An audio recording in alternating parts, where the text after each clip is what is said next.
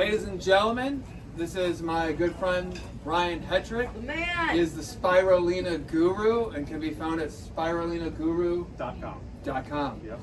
And he puts on health retreats around the country as well. And his focus is raw living foods with a spirulina focus. And he is an expert in spirulina because we have an actual spirulina farm in Vero Beach where they grow spirulina, and they have raw living spirulina, and then they also have fresh frozen, is it fresh frozen, flash frozen sticks. And so he's an expert in spirulina, and wheatgrass, so growing wheatgrass and sprouts for Hippocrates, and he's written books on it and has wonderful recipe books, and he's a pleasure to have at any potluck. Am I right? And then the reason I tell you that is because there's a period of time where I would want spirulina, and then Brian would say, okay, meet at this gas station, and then we would roll into a gas station and the trunk would go up and he'd hand me like spirulina and I'd hand him I'm like a cash. spirulina dealer. And it was like a drug deal. No, it's a gone plant. right. It's a plant deal, actually. But we were just selling and trading, spirulina. And so he's going to show us how to sprout, the value of sprouting, simple techniques for sprouting.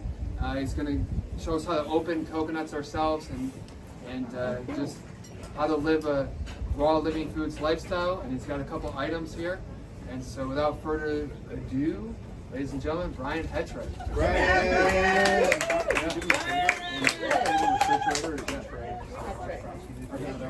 Thank you. Hello, everyone. Thank you so much for coming to my class this afternoon. I'm Brian HETRICH. As Tom said, I'm a naturopathic doctor. Naturopathic doctors believe in the natural healing arts, the power of nature. And so I'm very passionate about health, but not just any old kind of health, optimal health. So what is optimal health? How would you define optimal health? You've got Anybody? plenty of energy to Plenty do of what you energy. want to do. Yes. What else? All systems work. What's that? All systems work. All systems work. Yes. Clarity of mind. Clarity of mind. Feeling light. Feeling light. Yes. Radiant. Radiant. I love it. Light Beautiful. quality. If you could just settle on the floor there, thank you. Oh, they got a little droopy from travel. So this is what we're going to grow this afternoon, actually.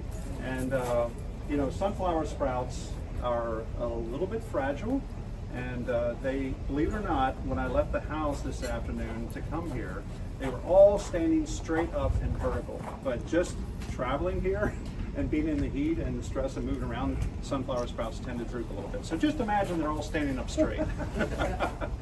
Okay, so optimal health is, I would define it as the harmonious integration of mind, body, and spirit. So how do we, what are the conditions that create optimal health for us? How do we create optimal health? What do we need? Good Yes. decisions on Good, food. good decisions on food, yes. Nutrition. Nutrition, yes. Happiness. Happiness, yes, very good. Yeah. That's a very important part. Yeah. Sunlight, yes. Exercise. Exercise. Fresh air. Absolutely, fresh air, alignment. Exercise. So you can kind of think of how to achieve health for a houseplant. So let's take a Chinese evergreen in honor of the person who's not here, Lisa Wong. Just one typical houseplant. So how do we take care of a houseplant and make sure that it is in its optimal health? What does a houseplant need? Water. Water. Good soil. Good soil. Sunlight, I think I heard somebody say. Houseplants need an appropriate amount of light. So some plants like to have full sunlight, some like partial shade, right? Some like to grow indoors, some like to grow outdoors. So depending upon the type of houseplant, we need the appropriate amount of light, the appropriate amount of water. What else? Fertilizer. Fertilizer, food, yes, exactly. Nutrition. What else? Happiness. Happiness, okay, very good. I would argue that is correct. Yeah, they like it when you play music or talk to them. Right, when you play music, when you talk to them.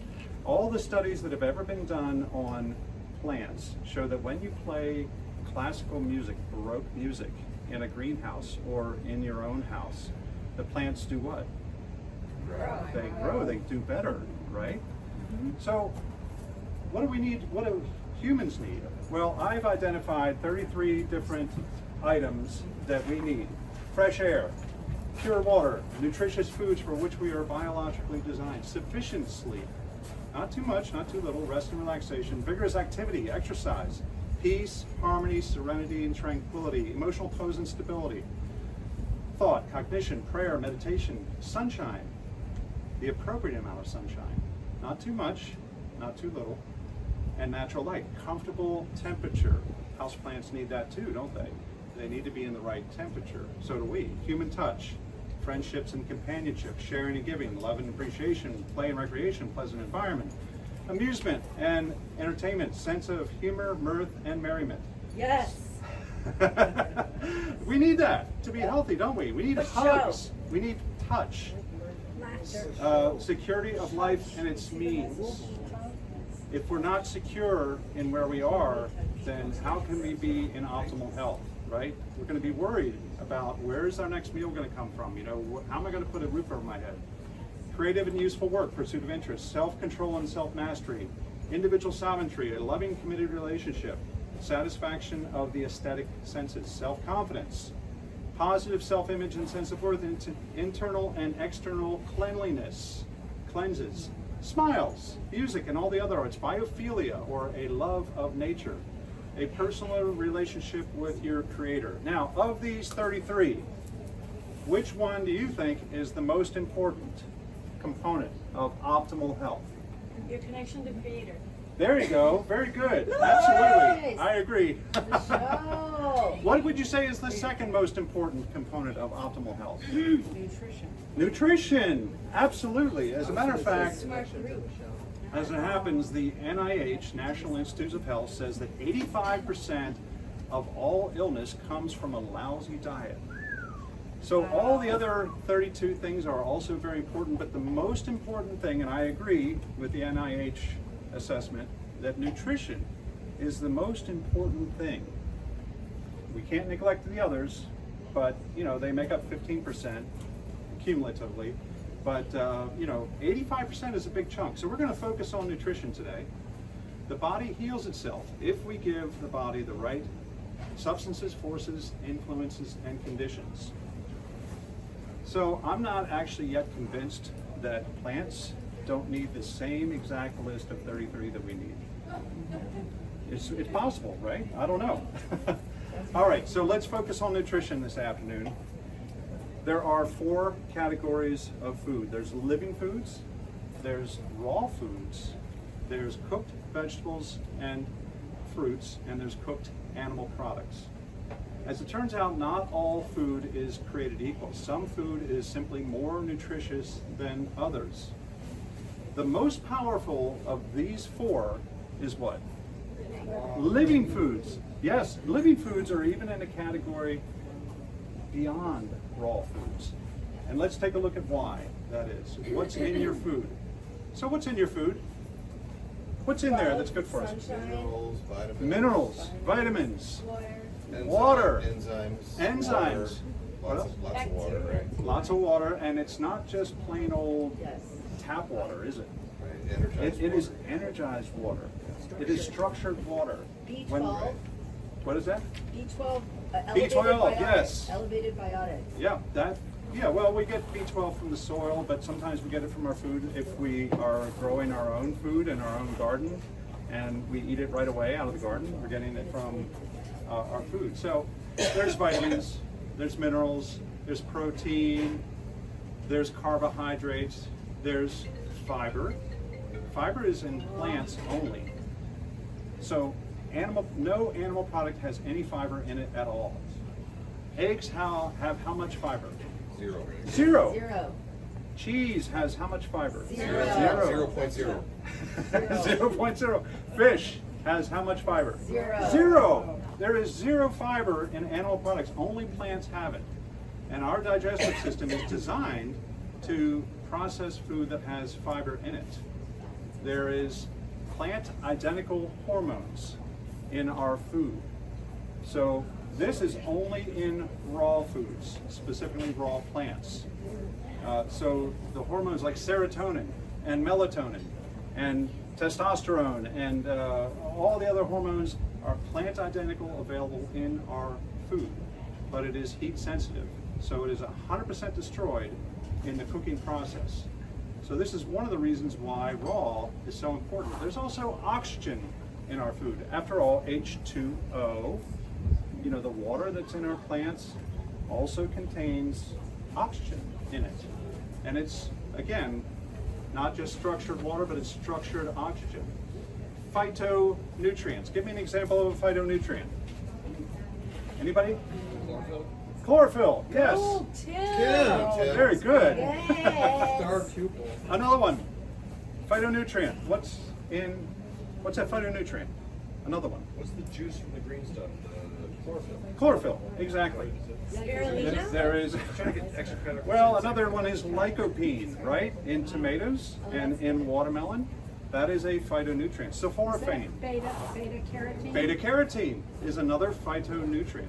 Only phytonutrients have the ability to heal the body.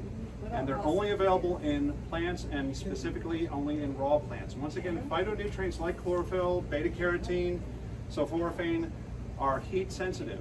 They are 100% destroyed in the cooking process, depending upon how long you cook it for and at what temperature. So I'm a big fan of raw foods. I know that you're not 100% raw here all week, but I know I feel better when I'm 100% raw. Enzymes, once again, heat sensitive. Enzymes are things like amylase, protease, and lipase. They're necessary for the digestion of our food.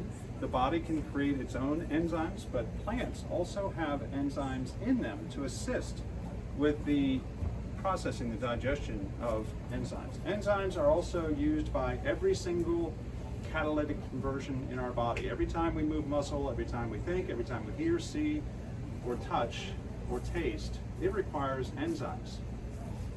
So we don't want to deplete our enzymes prematurely. Antioxidants. This is also available only in plants, specifically raw plants. Antioxidants, when you hear that word, think anti-aging, because antioxidants seek out and destroy free radicals in the body. Free radicals is what causes wrinkles. It's what causes premature aging. What's that? Gray hair. And gray hair, yes. And I've been eating a lot of raw foods, but it's not working yet. I'm still, hope springs eternal. We'll No, see. somebody- The day is young. Somebody said that the thing with the hair is like the ink runs out of the printer.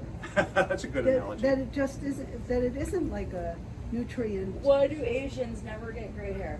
The old Very good Asians question. do. So Tomatoes, in 50% they're of black. 50% of people who have gray hair, it can be reversed with the proper amount of nutrition, specifically copper and zinc. The other 50% is just kind of hereditary, and really no amount of copper and zinc is going to change that. But so I've tried a lot of copper and zinc. I've also done, wheatgrass shampoos. I've tried spirulina shampoos, hair conditioner. But we'll see. Let's give it more time. I like it. Bioelectricity. You got great hair. Yeah. Thank you. It brings out your eyes.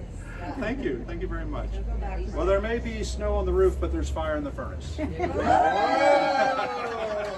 get us started on that subject. We can feel your fire. .com. Oh, yeah. Bioelectricity, only in living foods. So remember, living foods are in a category even beyond raw foods. Only living foods have it. Life force energy, only in living foods. The spark of life, only in living foods. So, anybody heard of corona discharge photography? Oh, yeah.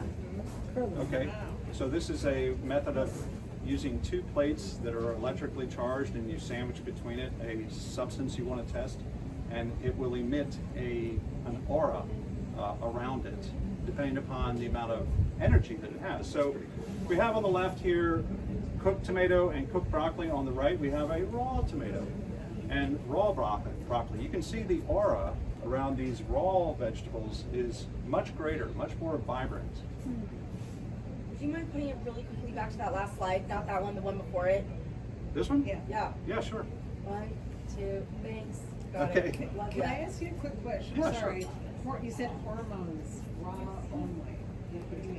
Yes, plant identical hormones. Plant hormones. Well, you can actually get it from animals also, but Well, yeah. not if it's cooked.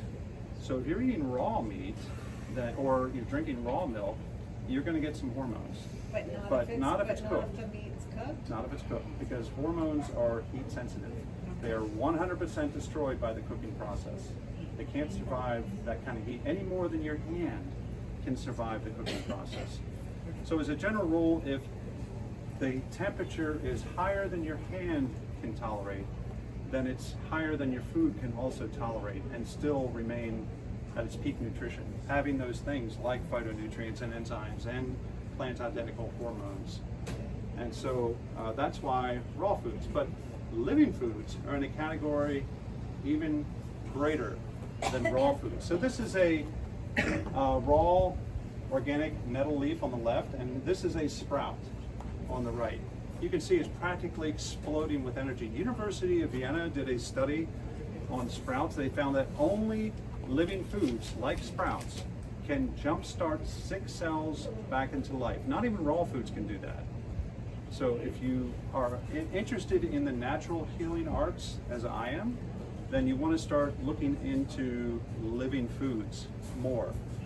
So, what counts as a living food besides sprouts? Anything? Wheatgrass. Wheatgrass, yes. Picked directly from a tree or bush. Yes, very good, thank you. Somebody's been paying attention. Well, you know. Okay, so when you grow your own food, whether it be a vegetable or a fruit, and you pick it from the garden, like right here, and you eat it right away, that counts as a living food, just like sprouts do. Sprouts is basically just a method of indoor gardening. Now sprouts have the added benefit is that it is a baby plant in its prime. And that's when the plant is at the peak of its nutritional value that it will never again achieve for the rest of the life of that plant. So sprouts, living foods, but particularly baby plants, are the most nutritious of anything in the world. So you can grow your own food in the garden, or if you have a yard, you can have fruit trees in it and pick it and eat it right away. That counts as a living food. You're getting all that bioelectricity, all of that spark of life that you would from a sprout. Living foods are the ultimate in freshness. Okay, so what I'd like to do is I'd like to go through a short demo on how to grow a tray of sunflower sprouts. Yes. Yes. I know this is the part some of you have been waiting for. So I have an assortment of seeds up here. I love seeds. I like to actually just put my hand in the seeds and feel them. These seeds, each one of them is a miracle. Inside this little pea that I'm holding between my thumb and my forefinger here is infinite energy, right? Because this pea will grow into a plant capable of propagating itself forever, way beyond any of our lifespans, right? This is a miracle. Every single one of these is a miracle. And that's why I love the seeds. That's why I love this job. Okay, so for growing a tray of sunflower sprouts, you're going to need some seeds, some sunflower seeds. This particular variety is called black oil sunflower seeds. The most available varieties of sunflower seeds are white stripe, and the other one is the black oil. They both will grow excellent sprouts. When you want to grow sprouts, sunflower sprouts, you must make sure your seeds are unhulled. So sunflower seeds are sold both hulled and unhulled, right? And we use them both ways. When they're hulled, they actually use a machine to mechanically separate the shell from the seed inside. And we use that for recipes, and we use it for snacks and so forth. But when you want to grow a tray of sprouts, they must be in the shell. And they'll be black, or black with a white stripe in color like this. When they've been hulled or the shell removed, they'll be kind of cream colored or a beige sort of color. So I'm going to start with soaking some seeds. Now you can grow in 10-inch by 20-inch trays like this. This is called a standard nursery flat. These are very easy to find. Any nursery, any garden supply center will have these. You can also grow in a large tray like this, 17 by 17 inches square. And you can also grow in a small tray like this. This is 10 inches by 10 inches square. Just make sure that when you want to grow sprouts, the secret to success is make sure that your trays have holes in them. So some trays have a solid bottom, no holes, and that's appropriate for other uses. But when you want to grow sprouts in trays, make sure they have holes in the bottom. Now for a 10 inch by 10 inch square tray like this, you'll need to start with 1 cup of dry black oil sunflower seeds. For a 10 by 20, you need 2 cups that you start with. 17 by 17 square, you need 2.5 cups. So let's grow in a 10 inch by 10 inch square tray like this. So I'm going to measure out 1 cup of these black oil sunflower seeds. Somebody asked if I was cooking up here this afternoon. They saw all the equipment, and I said absolutely yes. We're cooking with water, but we're not actually using an oven. We're not using heat in this case. So I'm going to pour the seeds into the mason jar, and I'm going to start the soaking process. Adding fresh filtered room temperature water to the jar, and you'll notice that sunflower seeds tend to float. So in order to make sure all the seeds on the top get an equal exposure to water, I'm going to put on one of these sprout lids. A sprout lid takes the place of the standard lid that comes with a 1 quart wide mouth mason jar, only it has holes in it. And then I'm going to pour the water in all the way to the top. There we go, until it overflows a little bit. This way, I know that the seeds at the top are getting an equal exposure to water. And I'm going to let it soak for 8 hours. At the end of the 8-hour soak time, let's pretend 8 hours has gone by, I simply invert the jar to drain the soak water off. Good to water your other plants with. Yeah, water the other plants, absolutely. It's good filtered water, right? And now it's going to be very enzyme rich because you've been soaking the seeds in it. And I return the jar upside down to a drain pan like this, or the sink, or at a 45-degree angle in a dish rack. And I rinse twice a day for a day and a half. So I wait another 12 hours, and I simply re-invert the jar, and I pour water right through the holes in the lid, fill it up about 3/4 of the way full, swish it around a little bit, make sure all the seeds get coated, and then immediately invert the jar to drain the rinse water off. So no more soaking after the initial soak time. Now I'm just rinsing. So 3 rinses over the next day and a half, and after a day and a half, your seeds will have swollen from 1 cup to almost 2 cups of seeds. And you'll see a tiny little white nub appearing off to one side. That's the root beginning to emerge from the shell. That's the perfect stage for planting. So I'm going to prepare my planting tray over here. And I'm going to be using 100% organic potting mix. Not potting soil, not topsoil, not compost. Those are different products. For sprouting, you want to use 100% organic potting mix. A potting mix is a blend of some topsoil, peat moss, vermiculite, perlite, dolomite, maybe some coconut shore, if you can find it. And I'm going to fill the tray about halfway full. So this tray is 2 1/4 inches high, maybe 2 inches high. And so you want to have about 1 inch of this potting mix in this soil for sunflower. Different plants require different soil depth. And I'm spreading this soil out evenly to the 4 corners of the tray, and I'm picking out any rocks, any sticks. I'm breaking up any clumps. And then I'm going to take a second empty tray, place it on top, and lightly press down to get out all the air bubbles. more time there. Until you've created this nice, even seed starting bed with this cool waffle pattern to it. The whole purpose of this exercise is to make sure that every seed has an equal exposure to this nutritious soil. And then, next step, very important, I'm going to moisten the surface of the soil with my misting bottle with just plain filtered water. Mist it heavy. You don't have to get it dripping at this point. You just want to make sure the surface of the potting mix is moist. Now we're ready to plant. So I'm going to take the entire contents of my mason jar here. We started with 1 cup of dry seeds, and now we have it swollen to about 2 cups, and I'm going to empty it into the tray.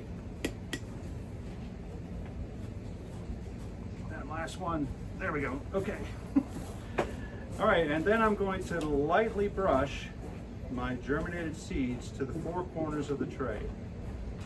I'm not pressing down into the soil, and I'm not going to cover with any soil.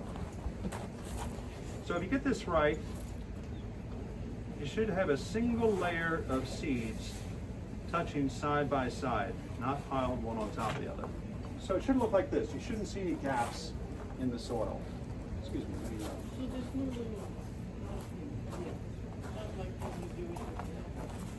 Yeah, there's There's a little bit, yeah. You don't want the tails to get too long before you spread them out, because if they get too long and then you try to spread them out, then the tails can break off. Some of them might break off, and then you have less yield.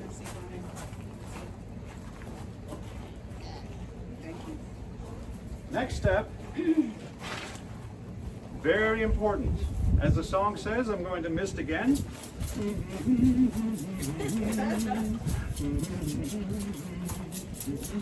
Okay, and then I'm going to cover not with an empty tray, but with a weighted tray. So for weight, I'm going to fill my cover tray with more potting mix. I'll fill it about halfway full so I can use this tray for planting next time. So the reason for the weighted tray is because sunflower, the seed itself, is designed to be planted a little deeper in the earth. And when the seed is planted deeper in the earth, it's looking for the weight or the pressure of the soil above it to know which way to grow, which way is north. So I water twice a day for a total of 12 days. So let's pretend that 12 hours has gone by. I'm going to remove my weighted tray, and I'm going to...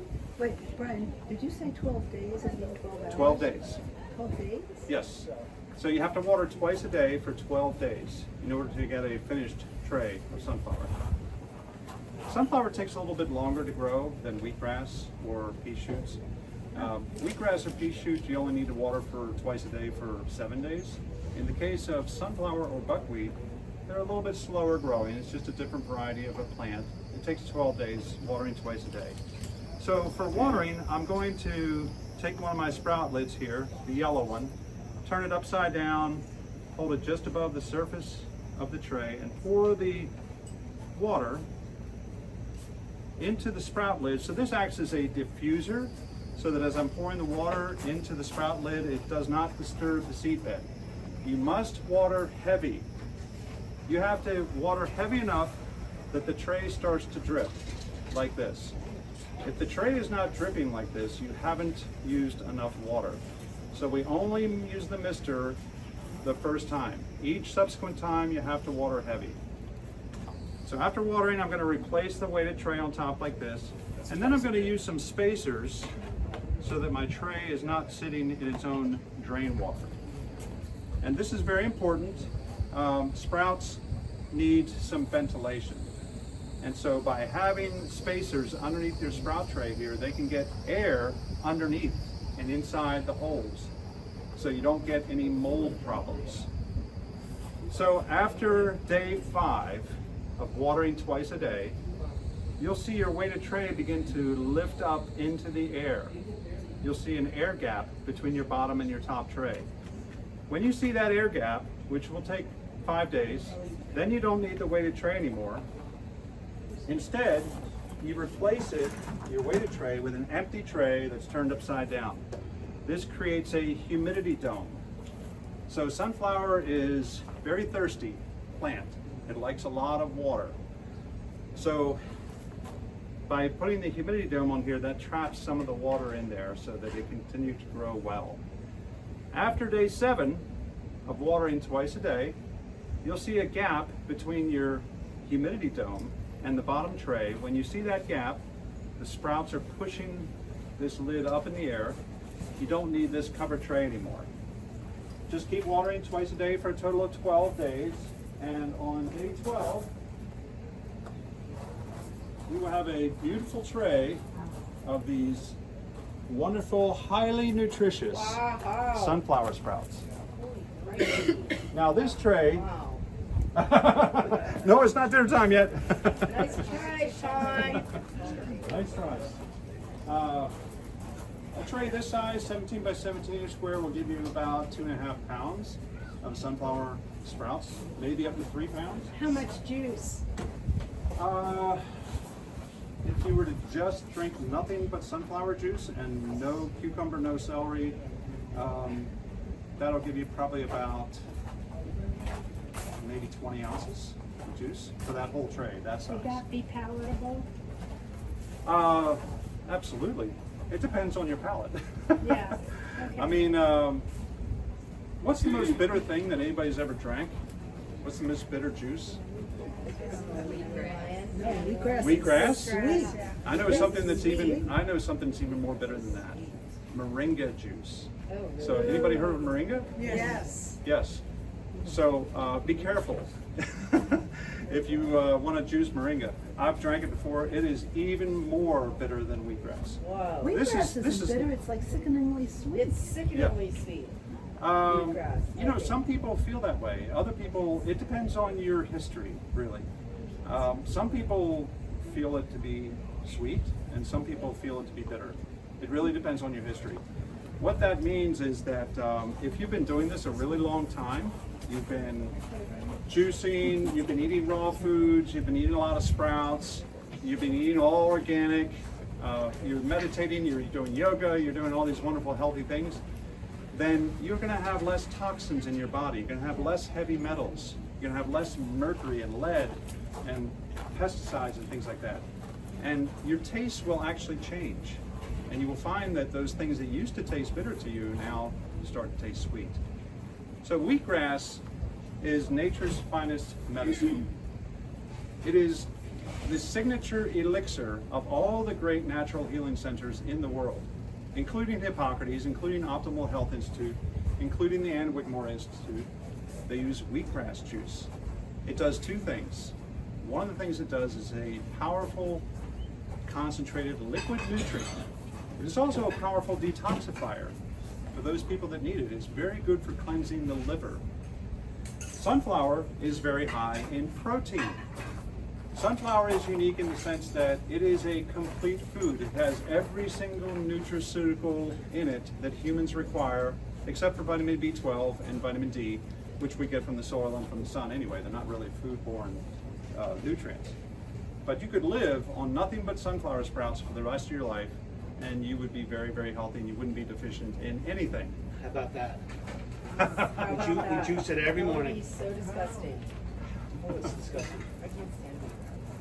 So, No, he's talking about sunflower. Oh, sunflower sprouts. See, that's what I'm taking the wrong notes. so that's why I would classify sunflower sprouts as a superfood. So not all foods are created equal. Some foods are simply more concentrated and nutrient dense than others. Sprouts fall into that category. Baby plants in their prime.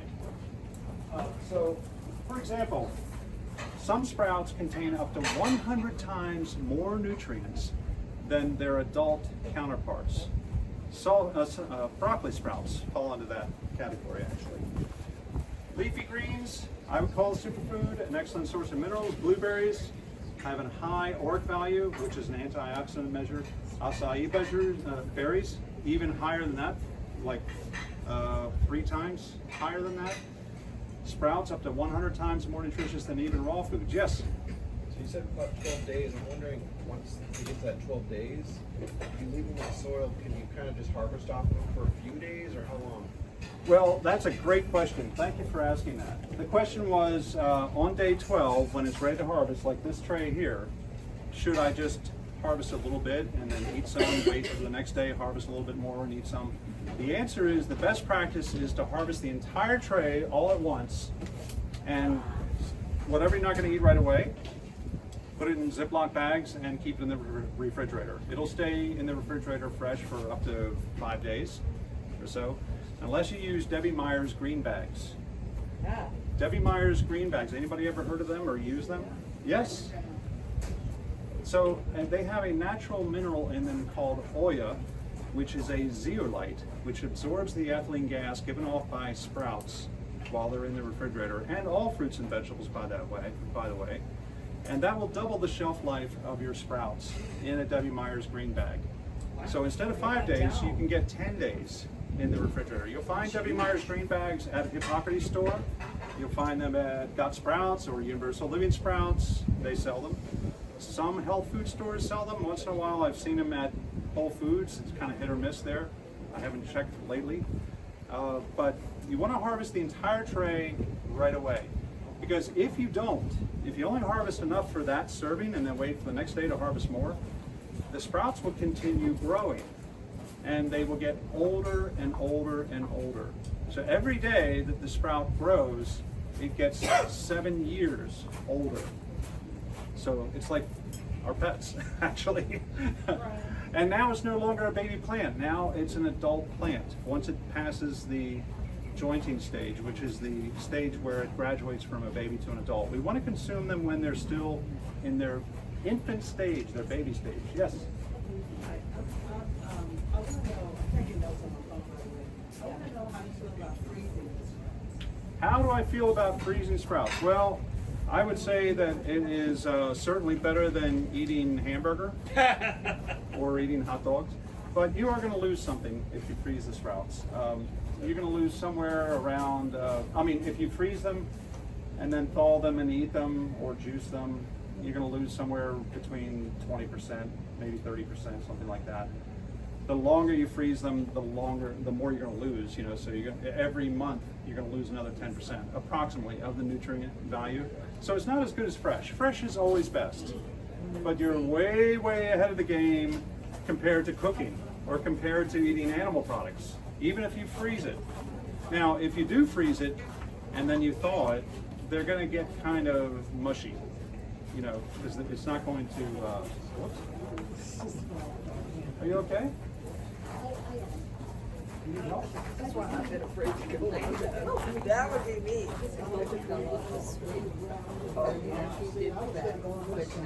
Yeah. And it's hard to get up on. Yeah. Sure. I'm trying to get out.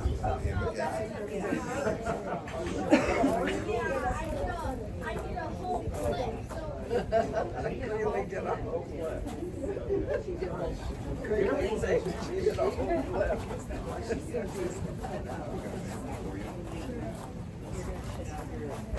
Okay, so wheatgrass juice and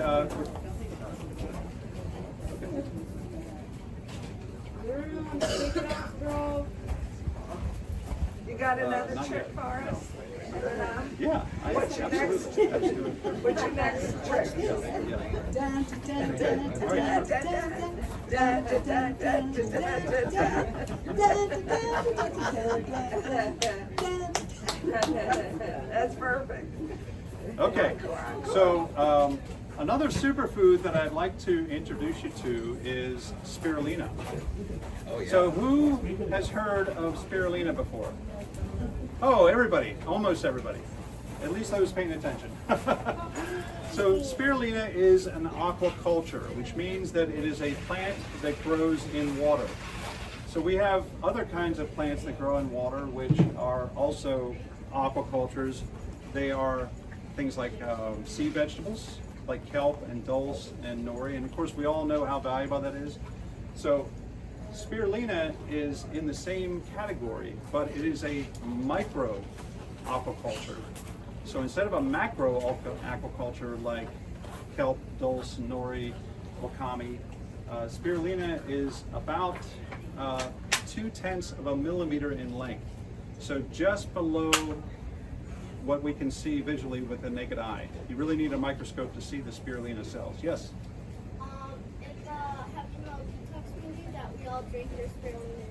Oh, nice. Okay. Spirulina and barley grass. Spirulina and barley grass. Awesome. Medical medium, babe. Get on it, Brian. Yes. Did you ever say anything about when to put light on them, or do they need any light? Ah, yes. Good question. About how much light do we need? Well, let's talk about all the conditions we need for growing sprouts. The ideal temperature for growing sunflower sprouts and any other sprout for that matter, is between 65 and 75 degrees Fahrenheit. The humidity must be below 50%. Lighting, we want plenty of indirect sunlight and some artificial light to supplement for cloudy days. Full spectrum artificial light is best, but no direct sunlight ever for any of your sprouts. Direct sunlight is going to be too intense and it's going to cook your sprouts. So you want plenty of indirect sunlight, 12 hours a day on, 12 hours a day off. Sprouts have a circadian rhythm, so they create carbohydrates during the day and they create tissue at night when it's dark out, just like we have a circadian rhythm. So don't cover them up with your kitchen towel. I wouldn't recommend covering them with a kitchen towel, no. I would recommend covering them with an empty tray like this or a weighted tray in the case of sunflower, just for the first 5 days. Yes? What day to 12 is on? Getting that 12 hours on, 12 hours off?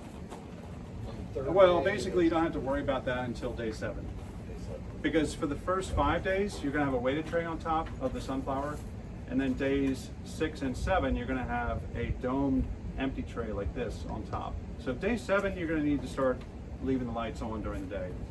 And the kitchen is the best place for you to grow all of your sprouts, because the kitchen is the best well-lit room in the house by design, because that's where we prepare our food. You need about 1,200 lumens if you really want to get specific about it. That's the light level in your kitchen. That means you don't want to grow outside. Trust me. You don't want to grow in the shed. You don't want to grow in the barn. You don't want to grow in the basement. You don't want to grow in the closet. You want to grow in your kitchen for several different reasons. Number one, most people like to keep their houses between 65 and 75 degrees. And that means air conditioning in the summertime and heat in the wintertime. The running of the air conditioner in the summertime will automatically keep the humidity below 50%. And that's what you need in order to maintain good quality sprouts without mold. If the humidity is too high or the temperature is too high, you're going to get mold. Number two, the light level in the kitchen is perfect for all of your sprouts. You can grow 5 pounds of food in 1 square foot of kitchen countertop space using the jar method like this, if you're growing any of these other lentils or beans. You can grow enough food for yourself using the hydrosol rack, which is a design for this size tray. It's 7 layers high in 1 square foot of kitchen floor space. So it doesn't take up a lot of space. Yes? Have you ever designed anything where it's like every 6 days or something that you keep adding a new one? It's maybe like on a stack or something? Yes, that's called the hydrosol rack, the one I was just talking about. They sell it at Hippocrates. They have a large and a small. The large hydrosol rack is designed for the 17 by 17 inch square trays.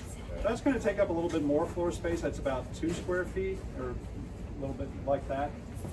The small hydrosol rack is designed for the 10 inch by 10 inch square trays. And it is 7 layers. There's 7 shelves. So you start your first tray on the bottom shelf, and then each day as you take it out of the hydrosol rack to water it, put it back on the next level up. And so by day 7, it will be at the top, so it'll have the maximum exposure to light, so you can green it nicely and get some chlorophyll in it. Any other questions about sprouts? Okay, so let's talk a little bit about other superfoods. There's wheatgrass juice. A 2-ounce shot of wheatgrass juice has a nutritional equivalent of? Anybody know? What was the question? 5 pounds of fresh 5 vegetables. pounds of fresh vegetables. From a How did we 2-ounce. know that? How would you How did know we that? know that? You are so smart, Kismet. Walter. Yeah, I love Walter and it. Tiffany. He's already been through the health educator program, so he remembers. And he didn't read it. It's on the screen. 5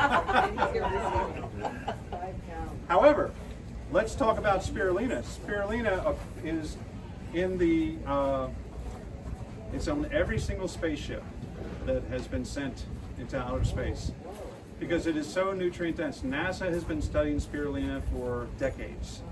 According to their studies, 1 pound of spirulina has the nutritional equivalent of 1,000 pounds of fresh vegetables. So what are people saying about spirulina? Well, according to the UN, it is the most ideal food for mankind. The USDA says it's the future of nutrition. The World Health Organization says the most balanced and complete nutritious superfood on earth. 1 pound of spirulina is equal to 1,000 pounds of fresh vegetables, according to NASA. So the NIH, the National Institutes of Health, maintains a website of published medical studies. It's called PubMed.com. You can go in there and see all the studies are out there, and there's tens of thousands of Yeah, them. but they ruined it. Every All the one of fake these studies are there, too. all ruined All the fake because of all the studies fake are there, studies. Yeah. And what they did to us with COVID. No doubt. So every time you mention like USDA or World Health, like, get out. I don't give a shit what they say. Fake studies. I agree. But he is pointing out, like, even a broken clock is right twice a day. Yeah. That's true. And that's what these studies do show. You gotta dig for Thank them. you, Walter. So spirulina is the most researched substance in history. Whoa. It is the subject of over 1,000 research articles on PubMed. So if you're curious about what spirulina is and why the big deal, why people are talking about it, just go into PubMed and just type in spirulina cancer, spirulina diabetes, spirulina arthritis, spirulina whatever, autoimmune disorder, and you're going to see all kinds of studies come up. So I'm interested in optimal health. That is my passion, the natural healing arts. I'm not into prescription drugs, and that's why I'm kind of excited about spirulina. So what I'd like to do is I'd like to give you a taste of spirulina. So what I'm going to do... Why isn't it yellow? I mean, green. Put it in. Oh, patience. For We're not there yet.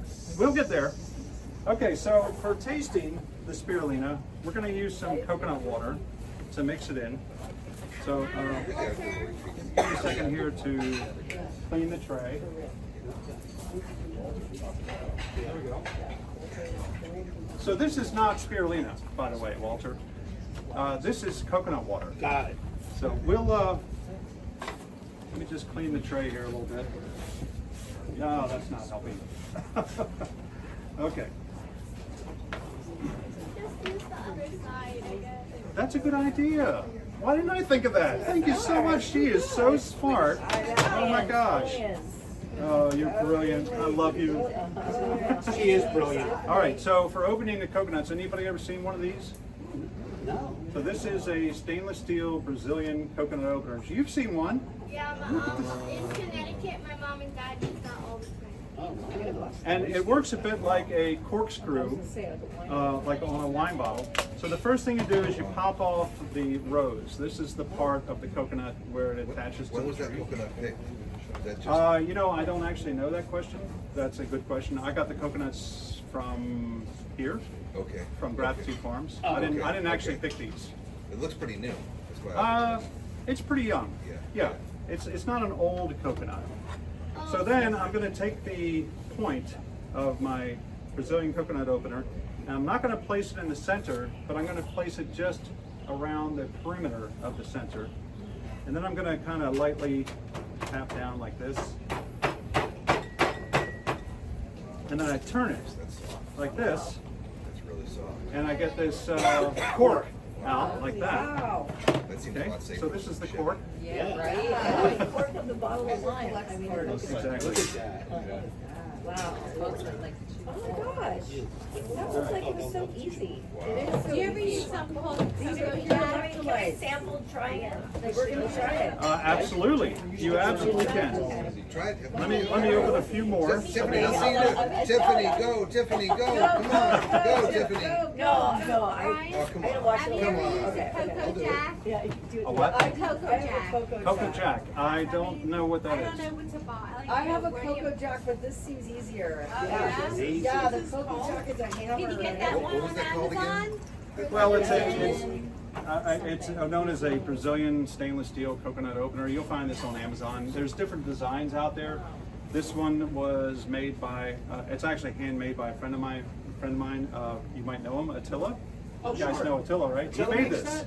Yeah, well, he's a machinist, by trade. So, So my dad opened it wrong.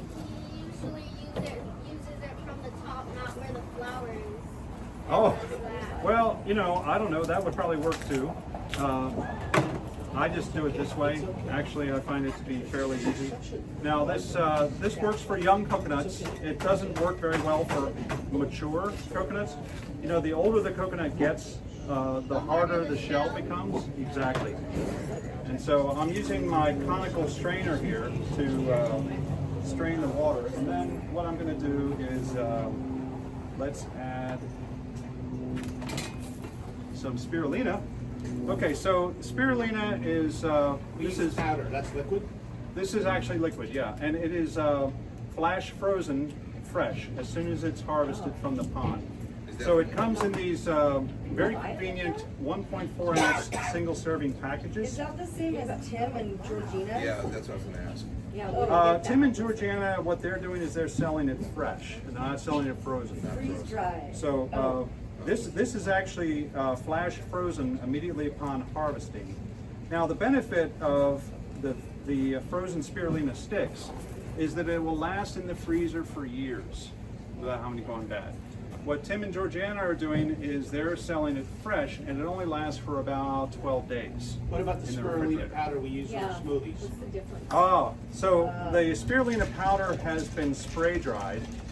So when they spray dry it, it goes into a oven under high pressure through a orifice which creates a mist into the oven. And it cooks the spirulina in the spray dry machine at about 385 degrees for 45 minutes. That can't be. And what this, no, it's not good.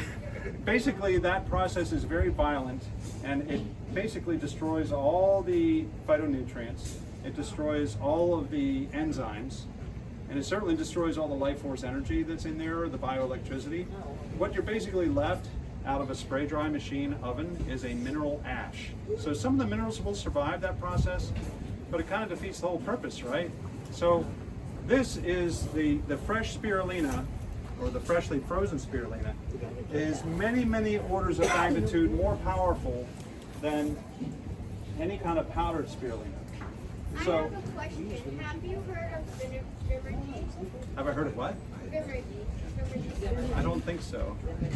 Well, they're said to be the cleanest industry for supplements. Is there a way that they could possibly do it different, or is that the only way you can dry spirulina and make it powder? Well, I would say that spirulina is a whole food. It's not really a supplement because it hasn't been, as long as it's not powder, as long as it's freshly frozen or fresh, then it hasn't been processed in any way. So I would put it in the category of a whole food. I personally try to stay away from supplements. Supplements can be helpful in certain targeted cases to bring somebody back from the brink. But once you get healthy and you have adopted a healthy lifestyle, I personally don't think that supplements are necessary. Yes? Especially these live foods. Yes. I mean, you're getting the most vibrant, powerful food, that nutritional food that there is. I agree, 100%. So, that's a great question. So, the question was, how much spirulina did I put in here? I only put one packet in here, one packet, 1.4 ounces, and you can see this is very, very dark green. So spirulina, one of the characteristics that it has is that it has 7 times the chlorophyll of wheatgrass juice. It is extremely nutrient dense. It is a true superfood. And so, Poverty is behind the curve, that's why. Do they sell it with flash frozen? How much was that little packet? Yeah. Sorry. retail is like $2.50. $2.50? Yeah. $2.50 for that packet? Yeah. Yeah. Can you just mix it with Oh, water? thank you. Coconut? All right. So we Keep want to fill it going. not all the Keep way it to the going. top, maybe just about Pass to it there, down. to make sure we have enough for everybody. That's Take it. But is there a company that you can buy it flash frozen like that versus the powder that's Okay, so that's a great question. The question know. was, have I ever looked at wheatgrass or any of these other things, any of these other sprouts, under a dark field microscope? Let me see if I can go back here. Hang on. I have a picture of that. That's fine.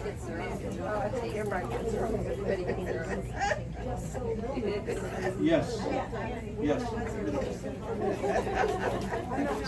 So this is a picture that I took under a microscope of what spirulina looks like. I don't know how well you can see that from back there. But, There's a fire down there. Put it out. oh, we should have plenty. Putting out the fire. Oh, I think we're gonna have enough. Yeah, so this is spirulina under the microscope. So it is a micro, it's really over here, 2/10 of a millimeter in length, and it makes a spiral like a coil spring. That's what it looks like. And that's not actually the cell. The cell itself is much, much smaller than that. The cells join together and form a spiral. Thank you. And it's a clockwise spiral, which interestingly enough is the exact opposite. Oh my God, Lori, you look so glamorous. Wow, babe. Wow. Do you like it? Wow, yes. Oh, that's fun. So I don't know if there's a connection there, but I have to believe maybe there is. There's one spiral, they look all the same, like a coil spring, but one is clockwise. It's almost like a counteraction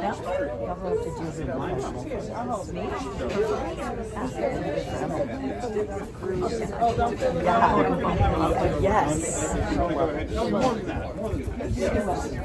Yeah, we got enough. So, Don't worry. Brian, how much, is that a gallon of water? I got the one that's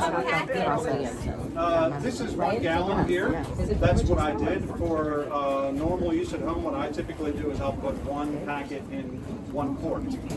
So we're not quite as concentrated, but I mean, you're getting a pretty nice dose of spirulina here today. Yeah, right. Well, that's because spirulina is tasteless. It doesn't really have when it's fresh. Now, when it's a powder, it tastes rancid because they cook it. And the proteins in spirulina basically goes rancid very quickly when you cook it. So you want to stay away from the powder. When it's fresh like this, it is many orders of magnitude more powerful than any powdered spirulina product. Dance! Where do you buy it again? You Where do you buy this frozen stuff? Spirulinaguru.com. Spirulinaguru.com. Can you overdose on it? Can you drink No, you cannot overdose on it. Yeah. How long, like, say, getting made up and you didn't drink it all? I'm sorry, I can't hear you. Does it last for a couple days? Oh, okay. in the coconut Well, water? you want to keep the packets frozen, so let me show you. Not in that coconut water, like like right there, that's Where do you get it at? Spirulina.com. Brian HETRICH welcomes you to, oh, that's your website. So this is how it is sold. It's sold in bundles of 24 sticks. Each bundle is $55 if you live in Palm Beach County. And this can also be shipped to your house if you live outside of Florida or anywhere else other than Palm Beach County. So it's additional for shipping. But if you live in Palm Beach County, this bundle of 24 sticks is $55. So that comes to, I think, about $2 a stick. Each stick is 1.4 ounces. So this entire bundle is about 2 pounds of spirulina. Good for about 3.5 weeks. You know, if you do use one every day, which is what Which gives you the equivalent of 2,000 pounds of vegetables. about that, yeah. So this is a little bit of information about, you know, what spirulina is good for, according to the NIH PubMed website. Fighting cancer with living nutrition, specifically spirulina. We've got more up here if anybody would like seconds. How does it taste, by the way? Amazing. This is good. Where can we put our cups? There's a trash can right over there next to the water fountain. All right. Yeah, when you're finished. So you have to choose. We choose. I choose different. So any questions about optimal health, living foods? Well, I promised to finish up by 4:30, and we're just about on time, a little bit over. It's 4:34. I believe that you have another event coming up in the yurt over here, in But the they're yoga doing a yurt. massage in there right now. Oh, they are? So, Okay. Yeah, so I'm not sure how long the massage will last, and so they kind of have until the people come out from the massage. What time does your event start? Well, it was supposed to, I'm not sure, so we'll see when they come out. Okay. We're pretty loosey-goosey. We have to check our. Oh, okay, we're masks. kind of loosey-goosey, yeah, no problem. All right, well, you've probably got a schedule to keep though, right? No, Oh, okay, she's I'm fine. here at the retreat hanging out. And Oh, all right, this is she's hanging out. Fantastic.